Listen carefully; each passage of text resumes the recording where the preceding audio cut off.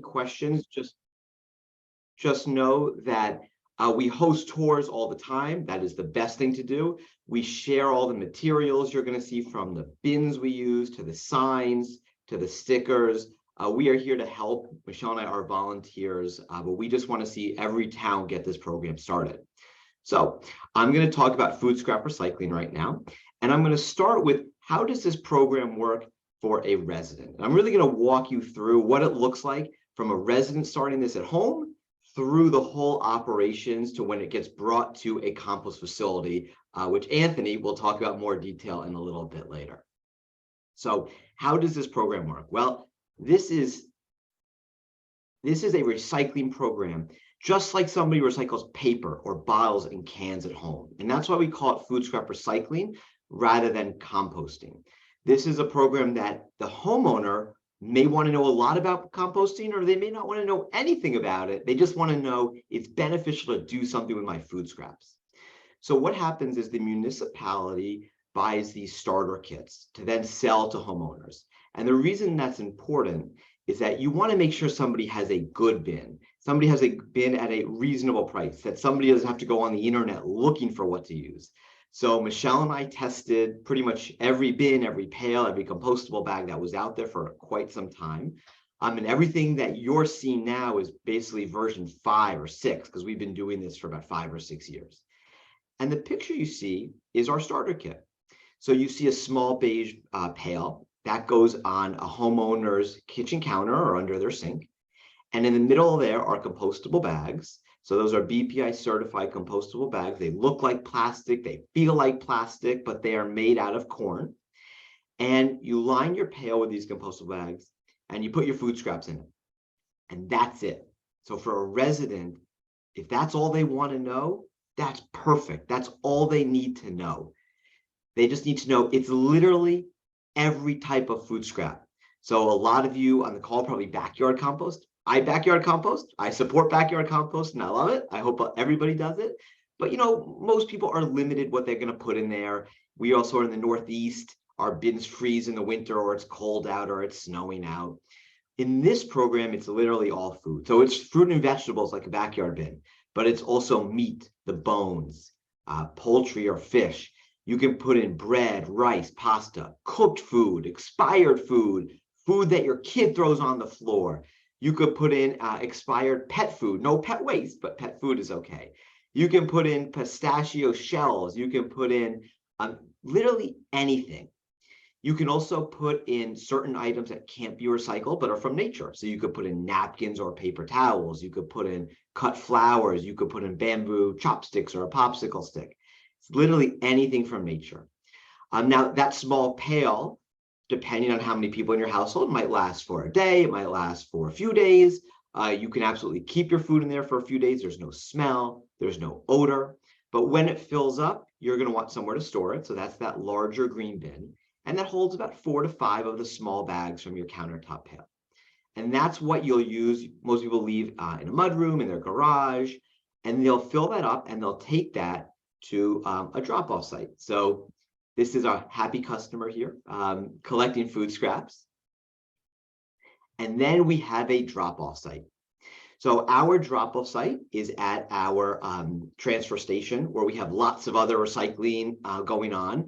But we can make this work really in any kind of setup. So when you come and visit Scarsdale, you see we have quite a bit of room there. But really, you need one parking spot worth size. You can see we just actually took a couple parking spots and put the bins there. Don't have to do any major capital project. Don't have to do anything fancy. It's literally getting organic, special organics bins, a large sign so people know it's for food scraps, not for other things, and finding the appropriate location for it.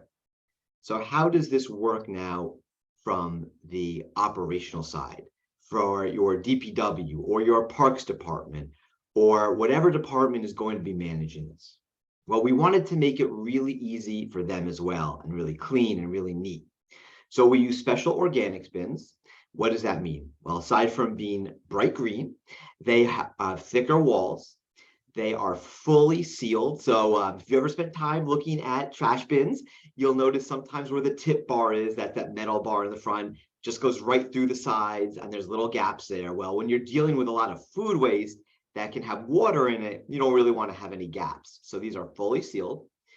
There is a latch, and they are heavy duty, so they can handle the weight. Now, what we do operationally to make this easy, both for our village staff, and this is, just to be clear, a village-run program. So Michelle and our volunteers, we started this with our village, but this is a municipally run program. It's not run by volunteers. It's not staffed by volunteers. It's run by the municipality. And what we do to keep it really easy for them and also really easy for residents is we have a bunch of empty bins on one side, kind of pushed to the back, and we'll have the village staff bring up 2 to 3 bins, or maybe if you're a big municipality, it's 4 to 5 bins. But the reason you do that is you want people to have a really clean and neat experience when they're coming to drop off their food scraps. So you drive your car up or you walk over, you open up a bin. You don't want to open up a bin that's got food scraps from 6 days ago. I mean, these are food scraps. So by only putting 2 to 3 up front at a time, we just put enough up that will fill up that day. So once they fill up, you see they get wheeled off to the other side, they get closed, and they don't get open until they're picked up. So Michelle and I give tours to municipalities all the time. We actually like to give them in the middle of summer. That's our favorite time, because we will be standing here in August in the heat, in the humidity, and there's no smell, there's no bugs, there's no animals running around, and you really see how clean and neat this can be by doing this in the right way.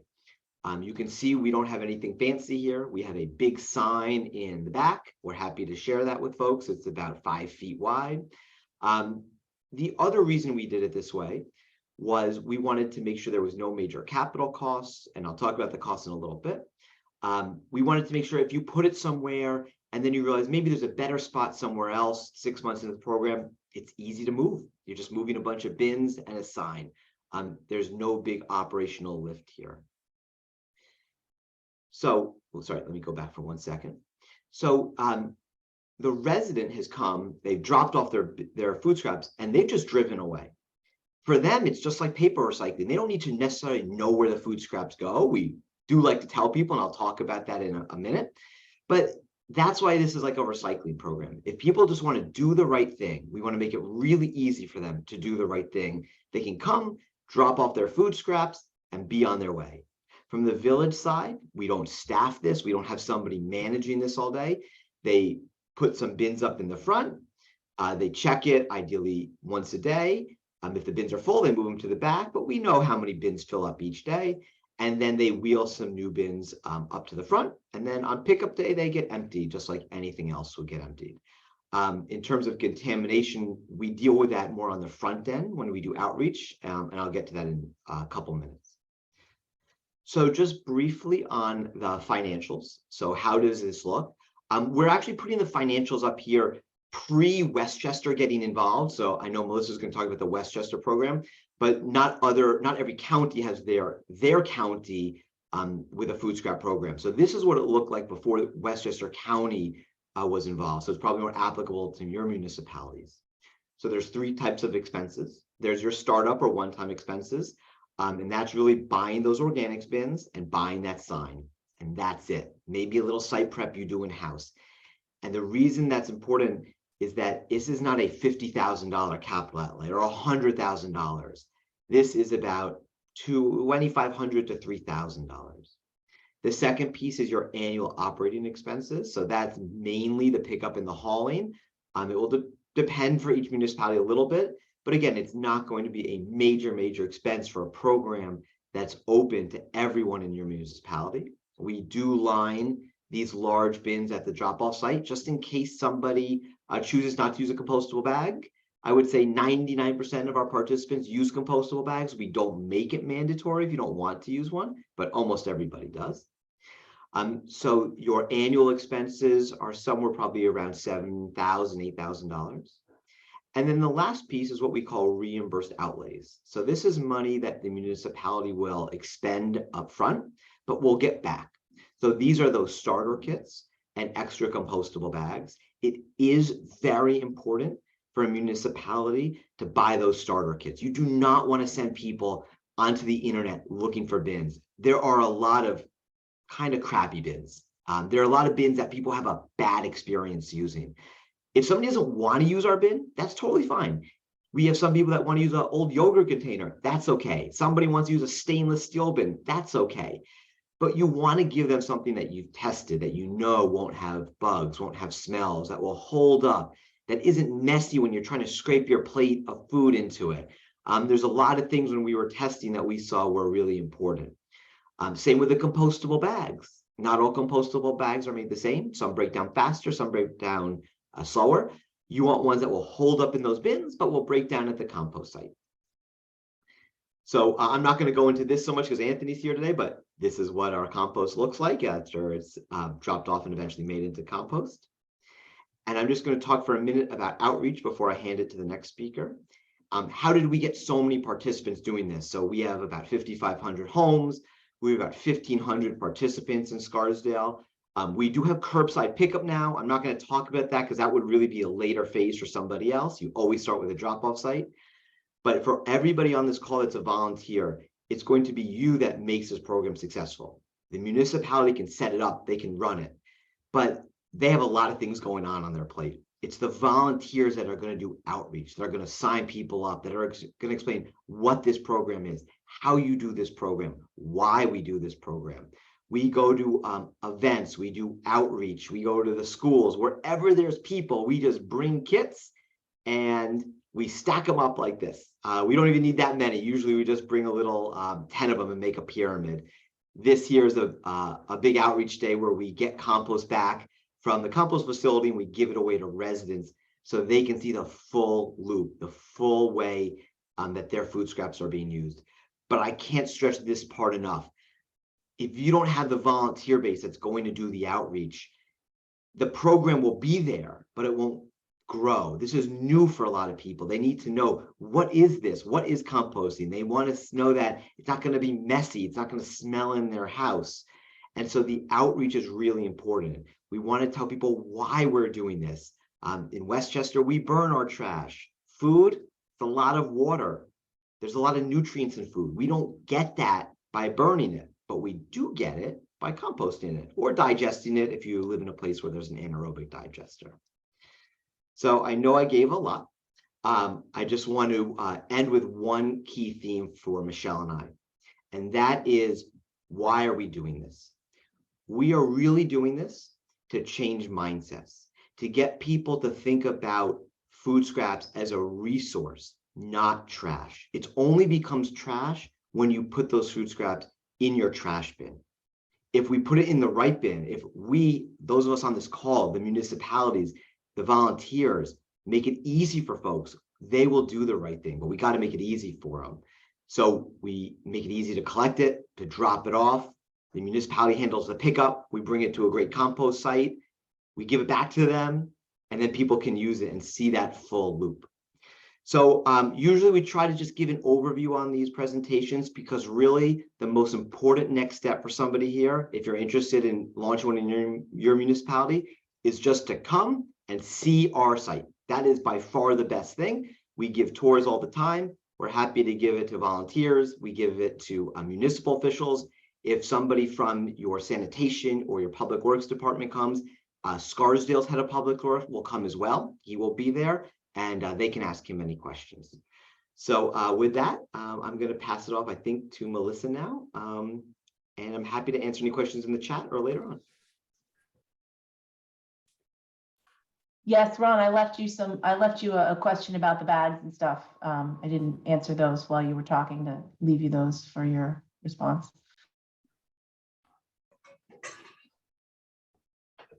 Did you say you left him a question? Yes, I didn't want to jump Ron's question, so there are some questions there for you. Oh, somebody asked, what's the preferred brand? I will send that all to you. There's a couple that are out there. Are the 64-gallon totes bear proof? So we don't have bears, too many bears in Scarsdale. We do have a lot of raccoons, squirrels. We have a vulture.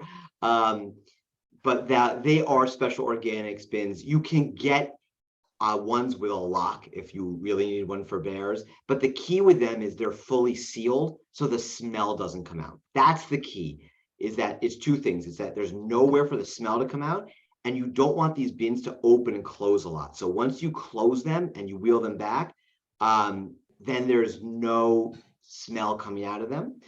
This is also, I'm going to give a little plug, why you never, ever, ever, ever use a dumpster for food scraps. You could imagine if you use a dumpster, a hauler might say, oh, this would be so much easier for us. We don't have bins. Let me just dump a dumpster. Well, could you imagine lifting up the lid of a dumpster that has food scraps that are 6 days old or 5 days old or 2 days old in July? Then you're also going to get animals. So that's why we use these organics toters.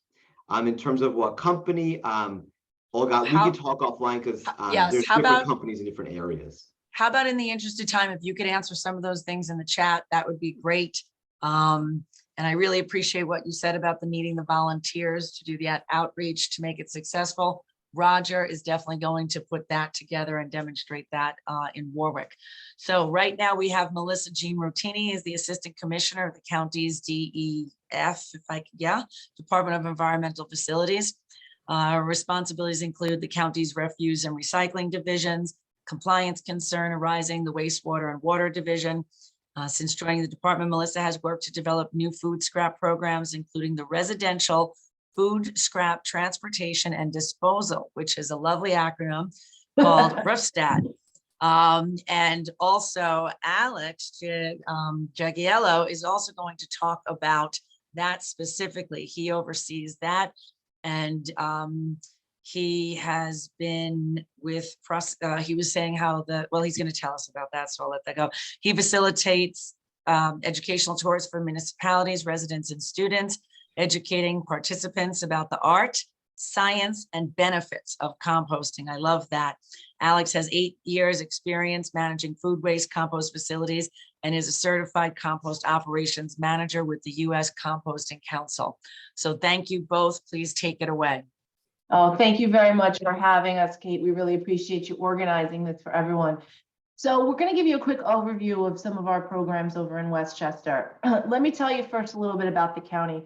So the County of Westchester operates County Refuse Disposal District number 1. So that's a state, by state law formed. 36 of the 43 municipalities in the county, you can see all the ones in blue, they're all part of the district. And the district allows us to create these county-wide programs, district-wide programs, and then we can subsidize it. We have an ad valorem tax, and so we are allowed to use that toward these wonderful programs that we're able to come up with. So we collect all of the recyclables at the MRF. All of the individual municipalities, they collect curbside, they bring them to the MRF. We process those, we sell those out to market. Your standard, we're dual stream in Westchester County. So we've got a pulp side, we've got a commingled side, we're processing those. All of the residential waste goes up to the Charles Point facility. Ron mentioned that we burn it. We actually use waste to energy. We're not just incinerating. So we're creating steam, we're creating electric, we're recovering metals. So we do not landfill within the district. We also operate an HMRF. It's a standalone facility. It's open during the week by appointment. Residents can bring their chemicals. They're hard to dispose of waste. If you've got tires, if you've got white goods, if you've got a myriad of things, we have a mobile shredder. They're shredding at the HMRF. We do events throughout the county where you can come and bring your shredding and make sure that your documents are securely disposed of. We also have e-waste collection pods hosted at various municipalities throughout the county and at our HMRF, so that you don't have to worry about how do I dispose of these electronic waste materials. We do medication takebacks. The county put boxes in police stations throughout the county. We also host days at the HMRF, 1 day a month. You can also bring your medications there while you bring your other items, such as paint. We were on top of that paint care program, which I'm sure many of you are interested in throughout the county. We collect paint at the HMRF. We have a dedicated recycling helpline. So if you're within the county and you have a question about what do I do with my widget, you can call the recycling helpline and they're going to help you to get that to the right location for recycling. We have an enforcement program which goes out and ensures that the recyclables are getting into the truck that's meant for recycling, that we're not throwing recyclables out with the trash. We also have organic yard waste, a boat wrap program, which I know in some counties more upstate translates into agricultural wrap, ag wrap programs. But down here, we primarily handle boat wrap. And of course, our food waste programs, which we're actually here to talk about tonight. So how did we get to the food waste programs? Well, County Executive Latimer, he is committed to reduce waste. We are always looking towards zero waste, but in the meantime, what do we do with it? So the county instituted a study on food waste. Ron and Michelle were part of the public hearings where these food waste meetings were held. And we discovered that 22% of residential solid waste in the county is food waste. It's a staggering amount, really. And in order to meet the solid waste management plan, those state goals that everybody has to reduce, we need to come up with something to do. So what can we do? Obviously, the state has the new law in effect for large scale generators, but what can we do everyday people? Well, obviously, education on appropriate purchasing, donating to those in need, and then of course, how do you manage the remainder of that food waste? So the result, we worked with Woodin and Curran, which was the firm that conducted the food waste study. They primarily came back to us with mid and long-term options. That's what we're going to call them. They're large scale projects. So you're talking about co-digestion at your wastewater plant. You're talking about a co-located anaerobic digestion, perhaps at a waste energy facility or someplace else, a new facility, a new standalone facility, or to add one to an existing transfer station. And as anyone on this call who manages the transfer station knows, there's a lot of regulations, and adding new things sometimes doesn't necessarily fit with what you're doing, and you need to find another solution. So what we did at the Department of Environmental Facilities is we sat down and we brainstormed and we said, what can we do sooner? So as Ron had mentioned, Scarsdale and a few other municipalities, Rye, Greenberg, had some food scrap programs started. There were several drop-off programs, and there were 2 curbside collection programs working at the time. And what we were hearing from the local municipalities was that the cost of these programs was prohibitive. How can they, setting up the toters, doing the collection, that part, as Ron laid out, affordable. But what do you do with it once you have it? Someone's got to take it somewhere, and someone has to turn it into compost. You need someone working those piles. You need it to turn into something. If you're going to digest it, whatever you're going to do, there's a facility that needs to be handled at the end. And those expenses seem to be what was prohibiting a lot of municipalities from joining the program and from starting their own programs. And then we also came up with our Compost and Education Center, which is a small scale education site. And I will save most of that for Alex, as he is our master composter who runs that. Speaking of the Residential Food Scrap Transportation and Disposal Program, with the worst acronym in show business of RFSTAD, we couldn't come up with a better one. We tried. It subsidizes transportation and disposal costs. So that is your biggest piece of the cost puzzle. But because we are structured as a district, we are able to subsidize those costs. And we have been able to make it either cost neutral, or in some cases, for some municipalities, cost savings. And how we did that was, if we have to send our contractor out to pick it up, it's going to be the same as throwing it away as garbage. And if you can bring it to them, we're gonna subsidize it even further, because obviously we as the county save the cost on that. It's more affordable for us, and we pass that savings on to the municipality. So we really tried to find a way to make it something that everyone could do, any municipality, no matter the socioeconomic makeup, the less affluent, the more affluent, it didn't matter. It made it affordable for everyone. But it is a completely voluntary program. At this point, we do not require the program. It's completely voluntary. But when you're doing it under our program, you're saving the greenhouse gases, because we are going to bulk that material. So when we take Scarsdale's waste, we're going to combine it with the waste from White Plains. We're going to combine it with the waste from Yonkers, which is actually, that's Yonkers that you see there in the photo. And we're going to transport that all together. So instead of having various trucks going up, you're going to have that all happening in one. And when I say going up, we're taking it to 2 locations.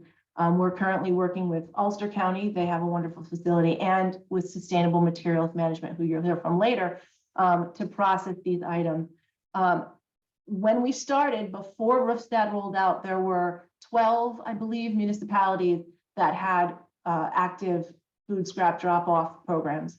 There are now 22, including 2 large cities. As I mentioned, that is Yonkers right there, and White Plains is another large municipality that has joined since we began the Roofstad program. So it's really great that we've been able to expand so much. Education is key, getting people to do it is key, but it all has to start somewhere. We'll never get to zero waste if we don't start somewhere. And when we do this program, we provide support to the municipalities. So we provide them with the information they need to get out to their residents to make sure that the contamination stays down. We provide them with the information on the locking toters. We explain to them, you know, we had a few of the municipalities came to me and said, you know, listen, these kits are great, but my residents can't pay even $25 for these kits, and they're not going to keep up with these compostable bags. What do I do to prevent the plastic? And we said to them, listen, there are other options. Oh, sorry, I scrolled by accident. There are other options. You know, I think Ron mentioned you can get a large coffee can. Alex often tells people you can keep the clean food scraps in your freezer in a container until you can bring them down. And you don't need to use those things. A lot of the end use management, which I don't know if Anthony is going to get into this later, but you know, they're looking at getting rid of the BPI compostable bags and not taking those bags, because when times are tough and people can't afford things and they may not be able to buy those bags, what are they going to use instead if they're used to using a bag? And then you've got the contamination, and how do you identify it? And then the last great thing about this program is it's information gathering. And for what is it information gathering? Well, it's information gathering for projects like our next one, which is Composted, because this program was set up to show municipalities that you can have small scale sites in your locality. You can compost right there in your local municipality. You don't have to truck it anywhere. And then you can decide if you're going to give that compost back. Our Roofstad program, we don't provide the compost back because we're working with compost sites that are, you know, they're operating businesses. But if you're doing it in-house, you can have some great benefits. And Alex, if I'm going to turn this over to you, and if you want to talk about all the wonderful things going on at Composted, I'm going to turn to the chat and see if anyone had any questions. Sure. Thanks, Melissa. Yeah, so Composted is a education scaled compost site. And what I mean by that is, so we're sited on about 10,000 square feet of paved space, and you can do a lot on 10,000 square feet. You can process probably up to 10 tons of food waste per week on a footprint like that. But the purpose of our facility is really to facilitate educational programming. So it's laid out in a way that we can walk through with municipal officials, students, residents, environmental advocacy groups, and therefore we're processing about 2 tons or less of food waste per week. So we have partnerships with food pantries and soup kitchens and hunger relief programs, essentially, as a lot of these programs are left with excess food or food that's gone bad. So we're able to assist them by helping them to cut some of the costs associated with food disposal. We try to demonstrate best management practices at the site. So we try to keep a very clean site. You know, the idea is we want to bring people in, including municipal officials who are considering you know, the possibility of siting a facility in their town. And, you know, one of the obvious concerns that many people have is odors and pest issues that are associated with composting. Our site is in a way designed, or what we hope to get across is that composting doesn't have to produce excess odors. It can be relatively, a clean site, and a lot of those impressions can be overcome. So we source our bulking agent, our carbon amendment, from a local municipality, from White Plains.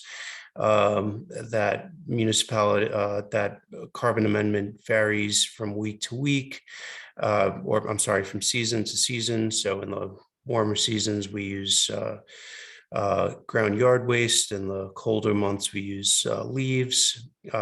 As you guys can see, we're just showing our ASP system. So this is what leads into the active compost area, which is 8 distinct bays that each have forced aeration systems. And we've done that because we understand that aerated static pile technology is what you want to use if you start composting food waste. When you're composting yard waste, it's easy enough to windrow material and turn it once in a while, but food waste is a high energy feedstock that can very quickly go anaerobic and produce odors. And anyone who's worked with aerated static pile composting can attest to the fact that it's very effective in mitigating odors, and I think is kind of the gateway of allowing neighborhoods with medium density to actually compost in their communities, because it does such an effective job in mitigating odors. So our active compost process is 8 weeks. We cure our compost for an additional 8 weeks. On our site, we use we have kind of a limited footprint, so we've opted to purchase an attachment for our loader, which is a flip screen. It's just something that tags onto the hydraulics of the loader. Pretty good for a small scale site like this. And Alex, that's great for people to know, because if you're thinking, I need all of this equipment to do this, I need a screener on top of it all. If you already have, a piece of yellow equipment in your yard and this screener can be attached to it, you're doing double duty, and you're really trying to find ways to make the most out of what you have. That's right. Yeah. And exactly. A lot of municipalities have most of this equipment already. They have wheel loaders, they have skid steers, an aerated static pile technology, even though as you saw on our last slide, is we've decided to pave a space and do subgrade aeration, below grade aeration. Most operations use above grade pipe, and it's just as effective. It's so this is a very scalable technology that doesn't require that you immediately invest millions and millions of dollars in a very complex site. So our purpose is really to bring through different types of groups, whether it's municipalities, whether it's environmental advocacy groups, whether it's students and residents, and just show them the process. A lot of them are engaged in the drop-off program in Scarsdale and other municipalities. We believe that really kind of seeing how this process works is very eye-opening, and really goes a long way in building support for the possibility of creating medium-scale compost facilities on a municipal level. Yeah, and when we do these tours, Alex, I just want to mention that, sometimes, as you said, they are for residents. So, sometimes they might be municipalities, you might be interested in the flip screen, or you might be a resident and you might be interested in this beautiful table here that we built out of some lumber and a screen. and you can screen your backyard compost with a small table. It's a very hands-on tour, and people really do get to participate actively in the process. Yeah, yeah. Because we're not a large scale facility, we're choosing our partners very carefully, knowing that food donation and hunger relief programs are doing so much good work, and are often left with the burden of having to dispose of a very heavy waste. We've been partnering with several several nonprofits and government programs that are distributing food, and then our compost itself is going to gardens and farms that are growing food for hunger relief programs. So it's a nice full circle. Yeah, we really tried to do that. When we had the compost, we said, okay, what do we do with this? And that really seemed to be the best use of it, because we really are interested in that full circle and making sure that the food insecure have the food they need, and that we continue to create that circle with all the great benefits that come from compost, as I'm sure those of you on this call are already aware. I'm going to play now, as soon as it loads. It's going to take just a second, a very short video. I know that there was a request that we show you a little bit about the site. This is our Deputy Commissioner. I'm going to turn it to him now for a moment. Composting is easier than most people can imagine. Composting is recycling organic waste. I'm Lou Vitrone, Deputy Commissioner of the Department of Environmental Facilities for Westchester County. Today we're at Composted, the county's compost and education center. Composted's an active compost facility. We compost up to 2 tons of food waste a week, but it's also an education center. You're going to grab it by the handle, and you're going to stick it right into the center of the compost pile. What do you guys also notice about the inside of this pile? It's more darker. It's darker, right? We came to learn all about composting. What I'm going to ask you guys to do is put on a pair of these blue gloves. My name is Byron Smalls. I'm with the White Plains Youth Bureau. We oversee a garden in White Plains. We want to mix that up together. We're open for tours for our community groups, for our municipal officials, and for students. How long did it take you to get like the whole pile? The county has been nice enough to provide compost for our garden, and I want the children to learn where it came from, how it was made, and the importance of it for our garden. As County Executive Latimer's pointed out, feeding the food insecure and recycling food scraps are really 2 different sides of the same coin. Everything that the youth grow in the garden year-round, we donate to food pantries for the food insecure within our community. I get to grow them for other people, which makes it even better. It's great for the kids seeing different organizations, the county, the city, and all of us working together for the residents of Westchester. And I learned a lot more than I thought I would. It's more of an art than a science. But it is helping the community and it's helping nature. And if we really want to keep our earth a safe and a good environment, we should do compost. We're open Monday through Friday for tours at Composted. And if you'd like to schedule a tour, please contact us at composted@westchestergov.com.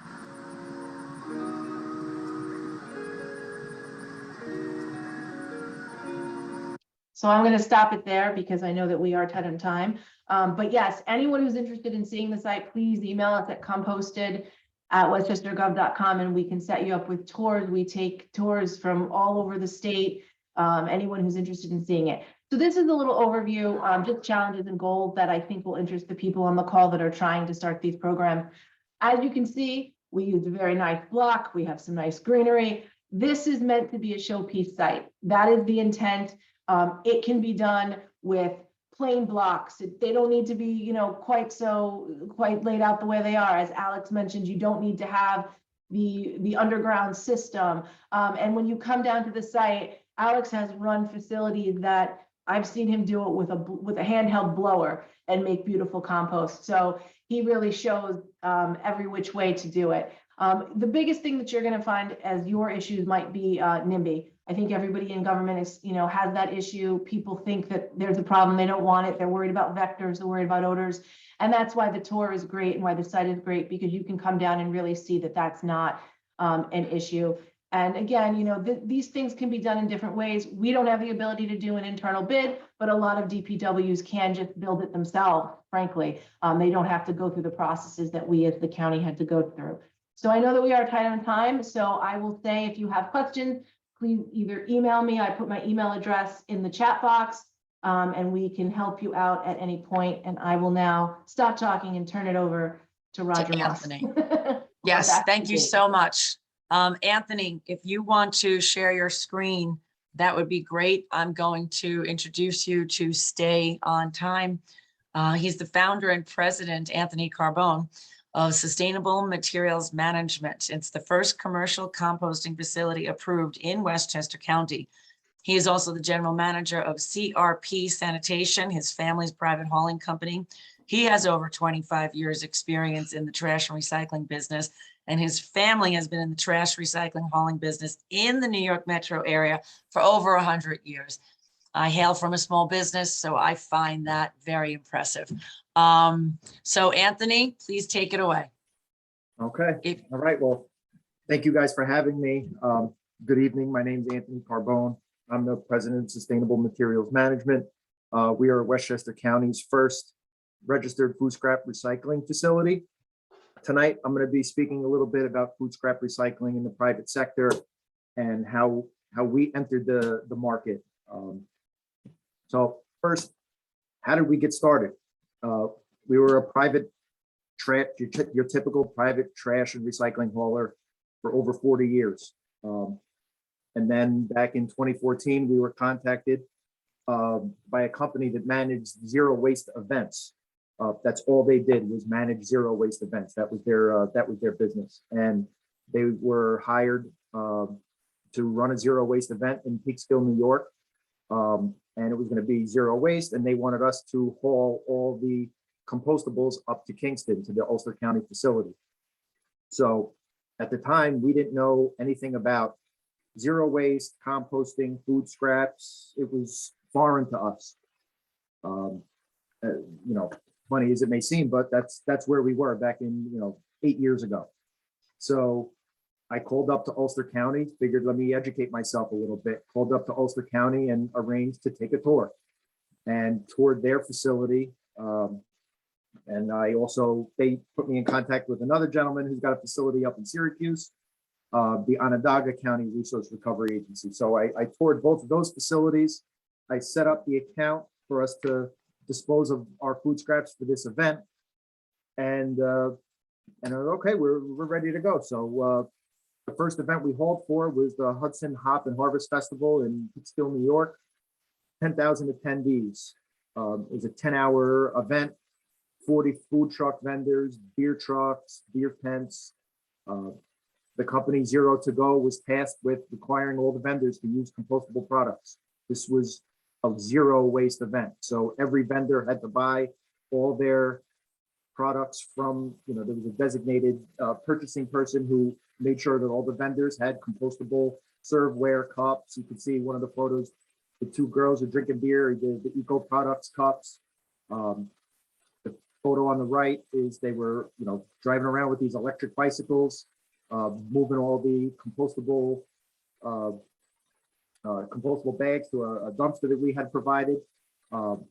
And Sarah, who's the girl there on the right, she brings in her staff.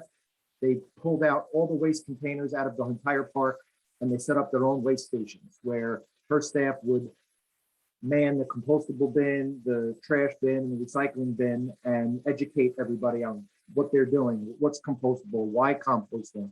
Just, had a little chit chat with everybody, a little interaction every time somebody was throwing something away, and just try to, educate them on why, be mindful of where you're throwing stuff, why we're composting it. So it was a very successful event, over 10,000 attendees. We took 20 cubic yards up to Kingston of compostables, and they generated 20 bags of trash. It was, very successful for the folks that threw that event. Our second event that we hauled for was a Pleasantville Music Festival. Same idea, 3,000 attendees, food trucks, beer trucks, waste stations set up like you see in the photo on the right, where volunteers were educating people on recycling, composting, trying not to throw away trash. Another great event, for this event, we hauled 6 cubic yards of compostables up to Ulster County. And I think they generated 2 or 3 cubic yards of trash. They didn't have the heavy restrictions that the other event had, but still a successful event, keeping stuff out of the landfill and, keeping it a zero waste event. But in hauling for these 2 events, I realized that, there was a need for a local solution. On the map on the right, you could see, that's White Plains in the center of Westchester County. It was taking our trucks 3 hours round trip to get to Kingston and back, down here in Westchester County. 40 gallons of diesel per trip. You're losing a truck and an employee for half the day. Having that transportation cost was very cost prohibitive for people to sign up.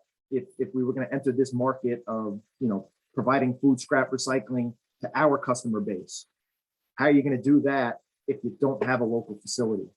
You had 2 options: going to the food scrap recycling facility up in Kingston, dumping your truck after every day's worth of work and having that high transportation cost passed on to a customer, or the other option was leaving the food scraps on the truck and combining loads, and then you get order issues, vector issues, neighbor complaints. So that's where we were back in 2014, 2015. We could see that the momentum was going in food scrap recycling direction. There just wasn't a solution locally that made it affordable for everybody. So we decided here at CRP that, hey, we had an industrial property. We don't really have any neighbors. The nearest residence is over 7,000 feet from our facility, so over a mile. But one thing that caught us off guard was the time that it took to open this facility. We had no local opposition. We had people coming to board meetings in support of our facility, which, it's great to have support from all different municipalities in Westchester. And it still took us 6 years to get the place open. First hurdle was our zoning board. We had, in our town, if the zoning doesn't specifically state you can do something, they don't allow it. So there was nothing in the zoning that said anything about food scrap recycling. So our zoning board punted to our town board saying, what do we do here? So we petitioned the town board to change our zoning. And the town board changed our zoning to allow composting in our zone, but we still needed to go for site plan approval with our planning board. And then surprisingly, the DEC approval was the fastest thing that we got. So that took less than 90 days. And then construction of the facility was a little over a year, and that was right in the midst of COVID. So we got the Anthony. facility. Yes. Hi, it's Kate. I'm sorry, but I'm going to need to put you on pause for a moment. We have run out of time, and Roger's one of those people that has to leave by 7. So he has 3 minutes, and we're going to come back to you because it's very important to talk about zoning. Roger Moss is a member of Sustainable Warwick, and he's instrumental in starting anything that we are starting to move forward in Orange County. Roger, do you want to just talk? Do we need the slides, or could you just give us a quick summary, maybe the details, and I could provide some questions and answers later?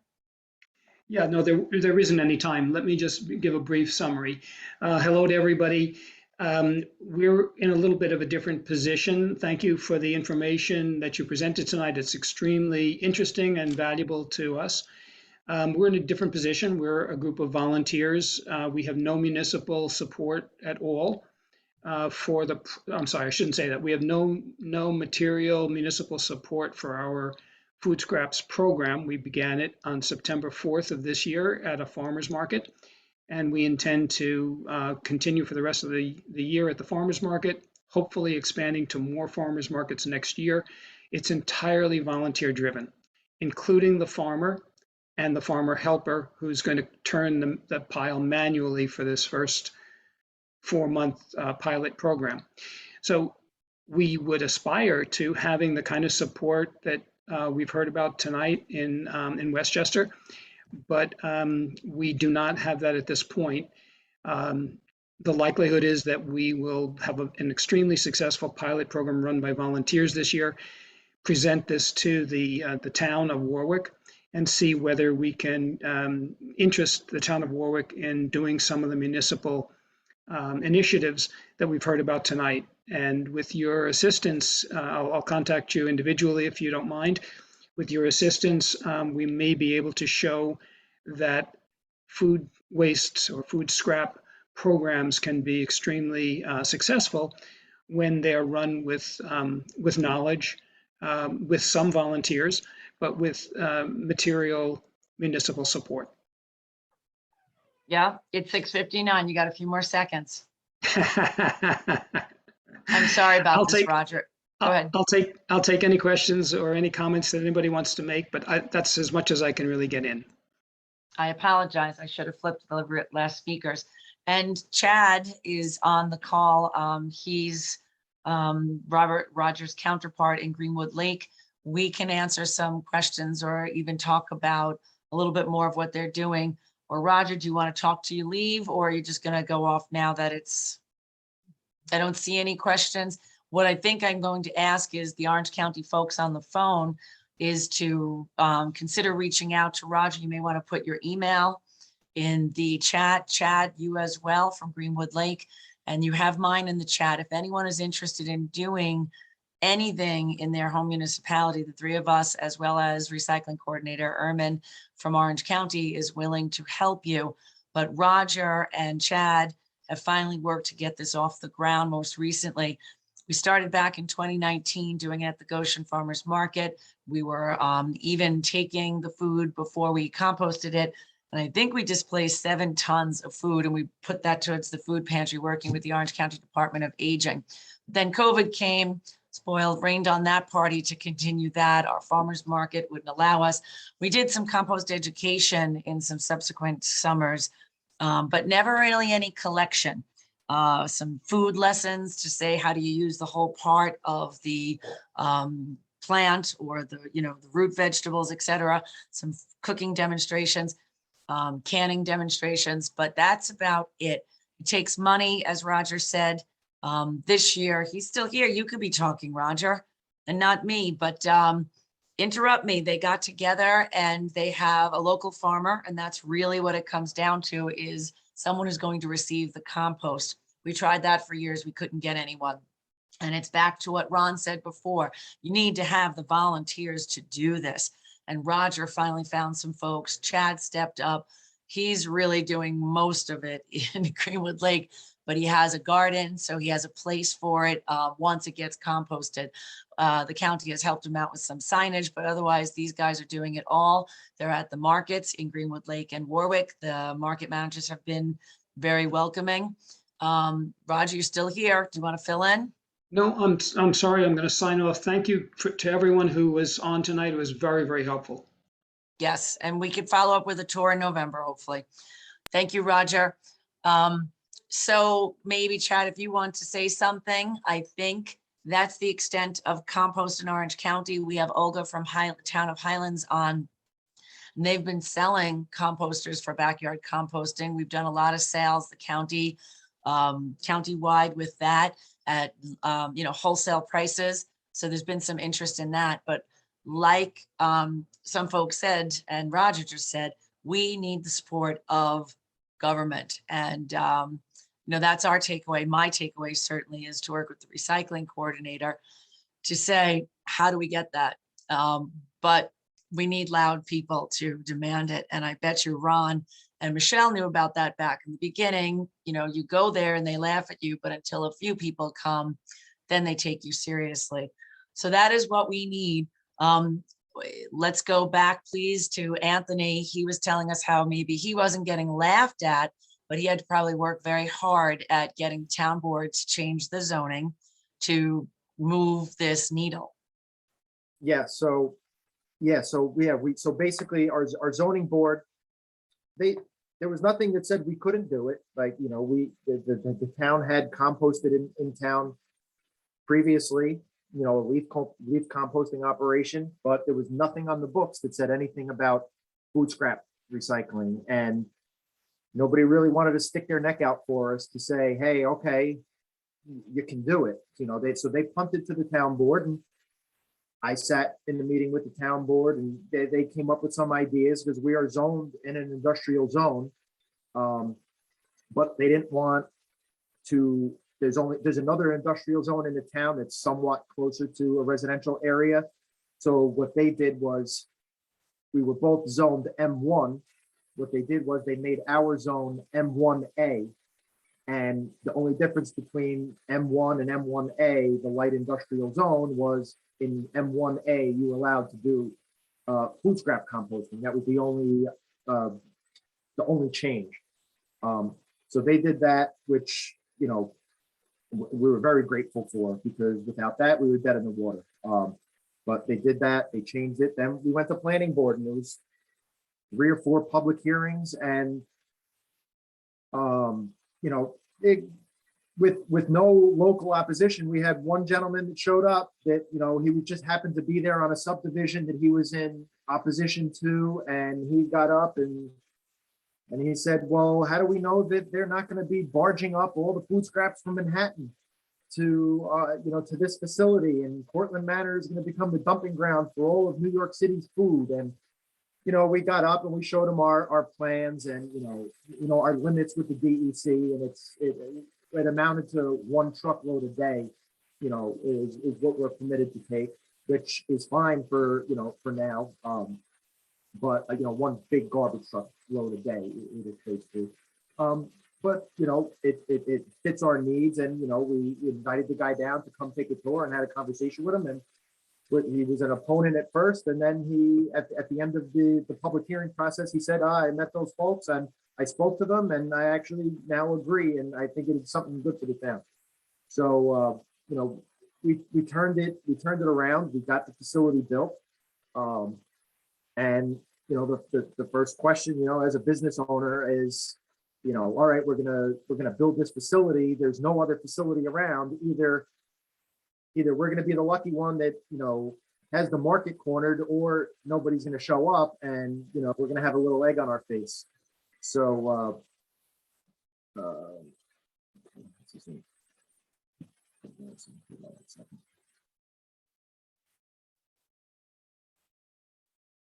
Okay, so I just stole a little line from a movie. If you build it, will they come? So we had the facility built, and a month after our construction was complete, we accepted the first load from the Village of Scarsdale curbside program. And then if you look at that pile of material there, that's typical of a load of food scraps. That you got your BPI certified bags. You got it's just typically comes out just like that.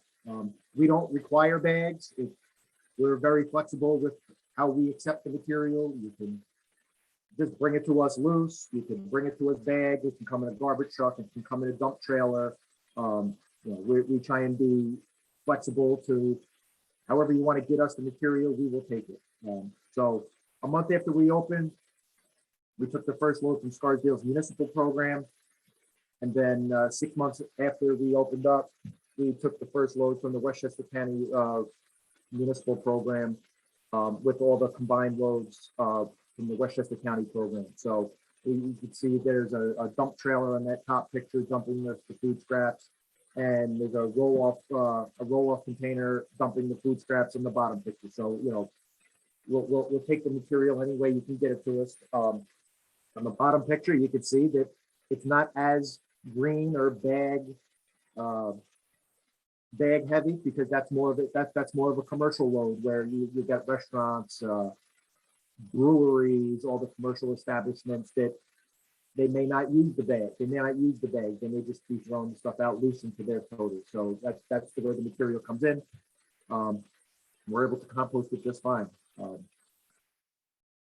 Currently, now that COVID has ended and, you know, it's winding down and schools are back open and, you know, school cafeterias are back to serving meals again, our customer base is very diverse. We're accepting food scraps from municipalities, schools, places of worship, commercial establishments, restaurants, country clubs, butchers, delis, coffee shops. and brewery. So it runs the gamut of different, entities that are, that have food scraps that they need to get rid of, and, we're able to take them and we're able to compost them. In the second year of our operation, we said, you know what, town of Cortland, we're in the town of Cortland, and they don't have a drop-off spot like the other towns do. So we said, I went to the town, asked if they were interested, and they said, basically was, we have the compost facility in town, and they really didn't seem too warm to, having a drop-off spot. So I said, all right, well, I'll host the drop-off spot right here in Cortland Manor for town residents. In the first year, we had 50 residents sign up. This is a free program that we just do it as a community service, but we're not the municipality. So it's a little hard to get the municipality to advertise something, even though it's a free service,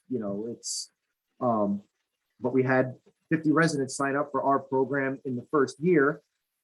And aside from that, we actually had some other surrounding municipalities that didn't have drop-off programs, that either they weren't that far away. So Peekskill, Croton, the municipalities up in Putnam County, people signed up on our website and asked if they can, they drive by once a week, or they drive by, once every other week, and they come and drop off their food scraps. And I wasn't going to turn them down. So we have people that live in Poughkeepsie, but they work in Yorktown, and they drive by every day, and they're coming and dropping off their food scraps. Or Putnam County residents up in Garrison, or they come down and they're using our drop-off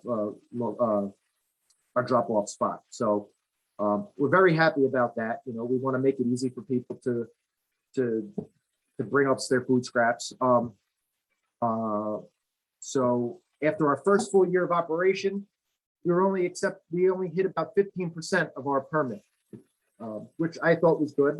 And now this is our second full year. We've already surpassed the 15% in August. So we're on track to take around 30% of our permit this year, which still leaves room to grow, as there's talk about expanding the mandate a little bit. So we're excited for that. One thing I will mention with expansion and mandates is when you first start out a program and it's just people voluntarily doing it, you're going to get very good material. You're going to get people that really care. They're doing it voluntarily. They're going out of their way to do it. So the material that you're getting is, very low on contamination. It's very good material. As you start mandating, what I've seen, as mandates start to take effect, you get people that are maybe not so thrilled about doing it. So as the receiving facility, you have to be prepared for the contamination.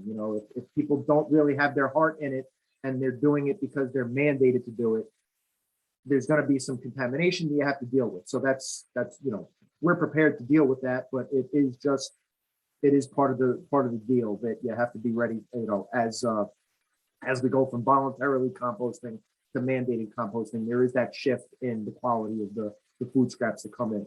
But the last thing that I wanted to talk about was the communities that are purchasing our compost. So as several of the presenters mentioned about completing the circle. So other municipalities are doing compost giveaway days or give back days, usually around Earth Day.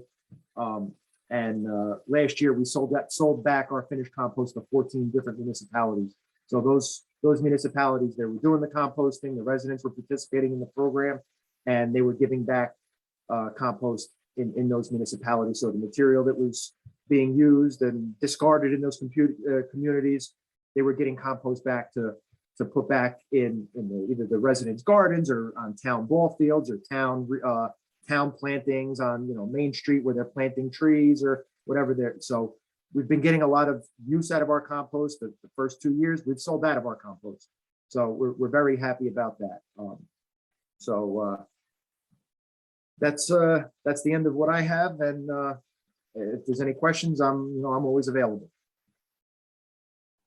That's fantastic, Anthony. Thank you so much. I appreciate that.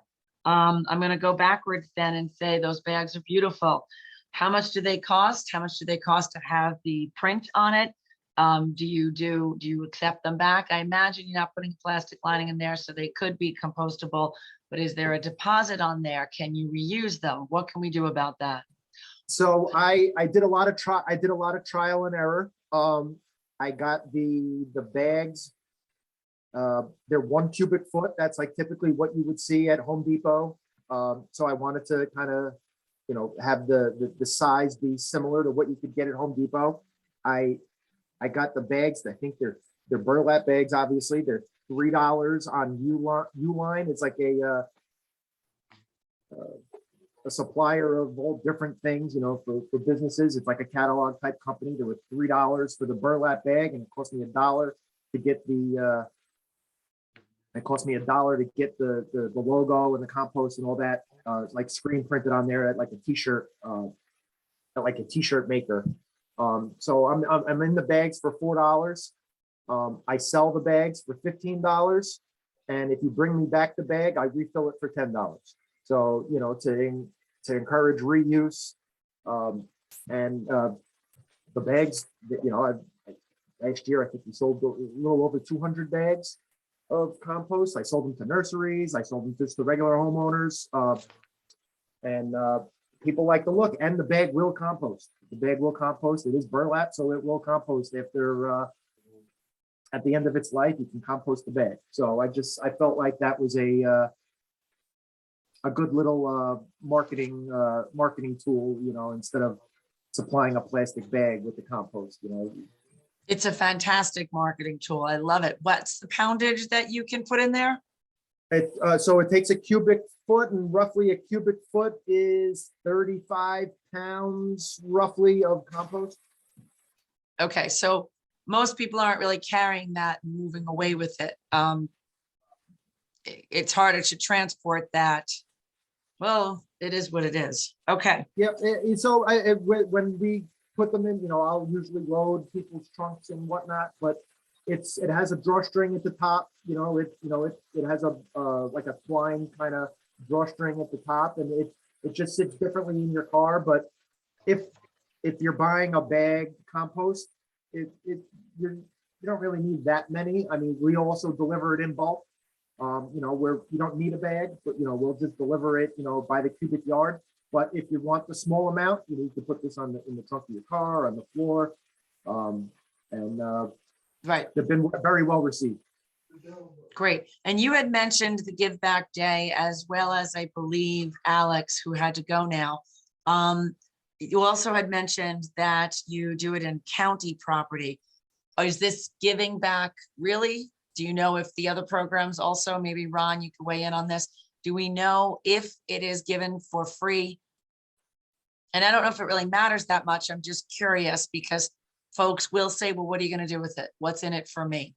So you get two things. You're getting rid of it, and you may even make a profit, which in Orange County, we're not worried about that. Well, we like profit, but please say anything you know. I'll just add, so the way the give backs are, the municipalities go and buy the compost from Anthony in bulk.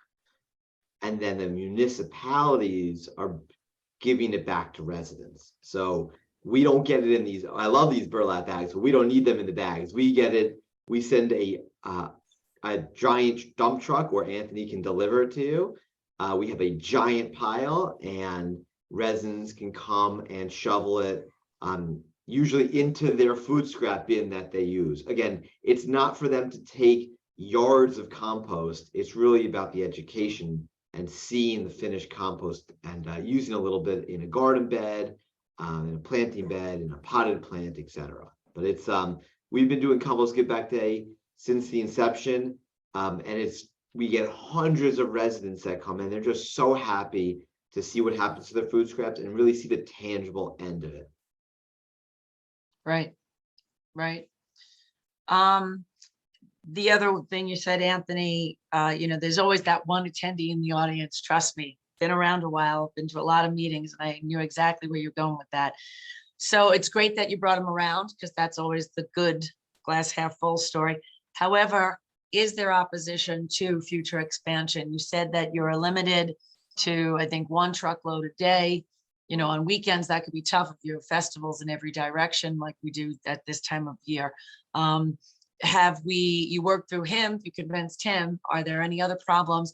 I think if you already have it set up, is it that hard to just say, well, 2 trucks is not going to be terrible, you know? So I wish, it really just, it equates, basically, we're allowed 5,000 cubic yards of food scraps per year. And it just equates to roughly 20 cubic yards a day, you know, if you do the math, you know, that's, you know, so Okay. we weren't restricted by, you know, 1 truck per day. It was just, that's what, you know, if you were to average it out over the course of the year, that's how I, you know, sold that gentleman at the meeting, that we're not going to be barging up, you know, that was his example, you know, barging up the food from Manhattan. So, you know, I eased his fears that way. We've been operating 2 full years now and haven't gotten any odor complaints from any neighbors. The town of Cortland's DPW yard is our next door neighbor. So if there were any odor complaints or anything, you know, I'd be hearing from them. We haven't had any, you know, bird issues. We're right on the, you know, we're close to the Hudson River. We haven't had any bird issues or seagull issues, rat or any issues, you know, with vectors. We haven't had any, you know, odor complaints, knock on wood. So, you know, it's, if you're doing it right, you're not really going to have those complaints. And like everybody said, we give tours here all the time, and I give the tours right at the compost pile. Right at the compost pile. They hear the blowers go on. They, you know, usually the tours are a half hour to an hour, and you'll hear the blowers cycle on 1 or 2 times, and there's no odor. It's just, if it's done right, you know, with the aerated static pile method, it keeps your odors down, and it can be replicated. You know, Westchester County could use 10 facilities like this. I mean, it's, you know, with the amount of waste that's generated in the county, will you get 10 permitted and cited in this county? Probably not. But, you know, there is enough material, you know, that would, you know, facilitate having 10 of these facilities. It's just, you know, dealing with neighbors and planning and, you know, public hearings. It's just, you know, it can be done successfully. It's just, you know, you have to deal with the, you know, the NIMBY type, you know, things that pop up. right. You know, I took you at the 1 truck a day because I think transportation, I think people don't want trucks. So that's why I said, Yep. oh, they really Yep. did that to him. All right, well, that's good. And I think it's exactly like you said, you and Alex are working some nice piles. There's no consequences, negative ones to it. So let's hope for expansion for both of you. Can I ask, Ron had said something earlier, I think it was you, Ron, about the piles, about what you accept. You had said meat, all types, fish, pistachio shells, paper towels, bamboo. And what I wanted to make sure is, because you had just spoke about backyard composting, is that something that's going in your Scarsdale's general collection? Are all those things, the meat, the pistachio shells? And is it something that then do we leave out, you know, peach and avocado pits? Those are the ones in my yard that don't break down. So that's the beauty of a food scrap recycling versus a backyard composting. It's all food, full stop. So when you go to explain to somebody what you need to do, that's all you have to say. In fact, food scrap recycling is easier to understand than paper recycling, commingled recycling, because it's all food. And where's it going? It's going to Anthony about 30 minutes away. It's staying in Westchester. You know, the story is actually so simple, and that's what's so the beauty of this. You know, it's really important as we're thinking about this. I gave you a lot. Anthony gave you a lot. Melissa and Alex gave you a lot. But we need to just sort of take a step back for a second. Let's keep this really simple. It's some bins at a municipal site, people collecting all food scraps, putting those bins, getting it somewhere. We don't want to overcomplicate it. We can make it more complicated, but we don't want to overcomplicate it. So yes, it is all food scraps. And the reason is when you saw that slide from Alex, where somebody putting the temperature gauge in, if you could see, it was very small, but if you could see it, it would tell you the temperature of that pile is about 170 degrees. Your backyard pile, my backyard pile, maybe 100, maybe 110. It just doesn't get hot enough to break it down. Whereas these large scale sites, it's doing the same thing, but in a bigger scale, get much hotter. So yes, all food. So one of the problems we have is then the expense, right? What Roger's doing right now in Sustainable Warwick and Chad's doing in Greenwood Lake is just bringing it to a farmer. So he's probably not doing much, right? If we're lucky, he'll turn it. Otherwise, eventually it will wind up the stated rule return to.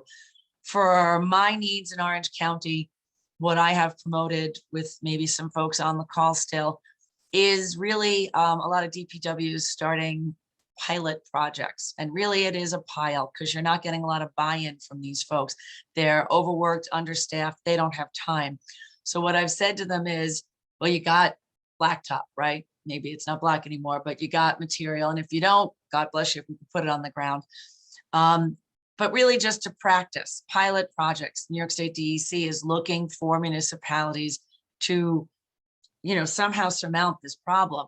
You're very lucky. You've been working very hard. It's coming to fruition in Westchester. But for Orange, I'm posing that their DPW yards just start putting a pile. And right now I'm going to get off and finish writing a grant for just that, to get some bear-proof containers around town, usually by restaurants or at farmers markets, someplace where you could pick it up, the DPW could pick it up and just dump it on their pile weekly and maybe stir it a little bit.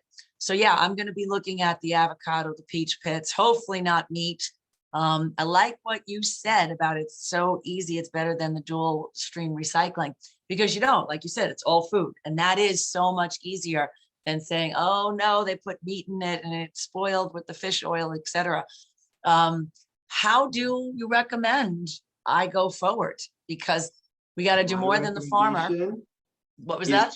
My recommendation is to not do individual piles of DPWs. This will be too complicated, too much of an ask. It's not enough scale for them for this to work. What is the simplest thing for each municipality is to have a drop-off site and work together to find a place for it to go. Asking your local DPWs to take this on and take on drop-off sites, it's just a big lift. It's a lot to do and the scale won't be there. Now you have to start telling people, well, you could put these things in, but not these 10 things. What we have found doing this, and when we started, there was nowhere to take it. So we were in the same place you guys are, is to start with a drop-off site. Keep it simple, simple, simple, simple. Let the complexity come later. Well, I mean, the nature is the drop-off is clearly and it's voluntary.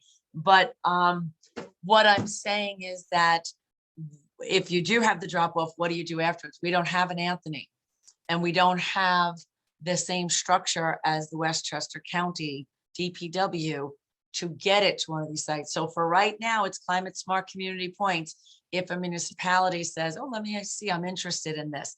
Let me work the pile. Let me see. The worst case is you're still going to have a few things that, don't break down because it's not getting up. Or maybe you get that person interested and they do start trying to improve it and they write a grant to P2, RIT up there. Maybe they write a grant to DEC and they do start to improve it. It's either them or the county, and we've been waiting a while for the county. Also, what's the initiative? If I don't have an Anthony, what are we thinking the county is really going to do with it? What's the cost to that? Because what we had said before, or what you just said now, make it easy. You could just you gotta find a hauler to take it to an existing site. So just to be clear, when we started, Westchester County's program did not exist for years. It was the work of the local municipalities that pushed Westchester to do this program. That is what caused Westchester to start a program. It was, Right. we started, then we got another one, then we got another one. We were taking it to Ulster County, sometimes to Connecticut. Not ideal, but it was the Yeah. investment to show that places would do this. Unfortunately, in the beginning, in our experience, the best thing to do is to just take it to an existing site, even if it's not as close. Asking a local DPW to start a pile, the worst thing that can happen is that they don't do it well, and there's smells and animals and all these issues, and then everybody's pointing fingers at each other saying, well, it would have worked except for this, and they say, well, it would have worked except for this. We want to set people up for success. We want to understand that putting too much new on them right away is challenging. One piece at a time. We didn't have any of this infrastructure when we started, so I empathize with the challenge you're facing, but there's solutions, and I would just urge everybody on the call to start with it very simple, and even if it's not ideal, you'll be taken somewhere that already exists. It could be Anthony, it could be Ulster, could be a farm. You know, we can help figure that out. I could piggyback off of Ron. We were a hauler for 40 years. Didn't know anything about food scrap recycling until 2014 when somebody called us and said, can you haul this? And I said yes, because that was our business. We hauled it. We put a price on it, and we were able to make money as the hauler. Then as we dug in deeper and said, hey, there's a market here to actually, offer this service to our existing, garbage customers. Schools, schools use it as an educational tool. If you're a hauler and, a school is a great place to start. That's where Scarsdale did a lot of work in schools, just to try and, pick up additional accounts. But schools is a very good place to teach people. You start at the elementary level, go to the middle school. By the time they get to high school, you got the whole school district composting. So we, as a hauler, if people were willing to pay us, we were going to haul. It was only after we hauled for a long time that we could see that the transportation cost was so high that, hey, now let's expand it and be a facility and be the composting facility. Nobody was really willing to do it at the time. There was maybe one other hauler at the time that was willing to haul the food scraps. So the way I look at it, if nobody else is willing to do it, you got the market cornered as a hauler. And that's the way I view it now as the receiving facility. It's, if somebody from Manhattan wants to haul food scraps out of Manhattan, where are they going to go? Are they going to go to Kingston, or are they going to go to Portland Manor? Right? We kind of cut that distance in half. So, I mean, start with finding a hauler that's willing to haul from these, few locations that you have, get a critical mass. Maybe that hauler sees this as an opportunity. I'll be honest, as the receiving facility, it's 3 revenue streams with minimal cost. We get paid to take in the food scraps. We get paid to take in the tree debris that we use as a bulking agent. And then we sell the compost. Those are 3 revenue streams. So, with minimal cost, I'm the only operator. I don't even need an employee. It's nature is doing a lot of the work. Yes, you need to know how to operate, a loader and, load trucks and all that, and learn how to do the actual composting. But on the business side of it, it's 3 revenue streams, 2 coming in, 1 going out. And if nobody else is willing to do it, I see that as an opportunity.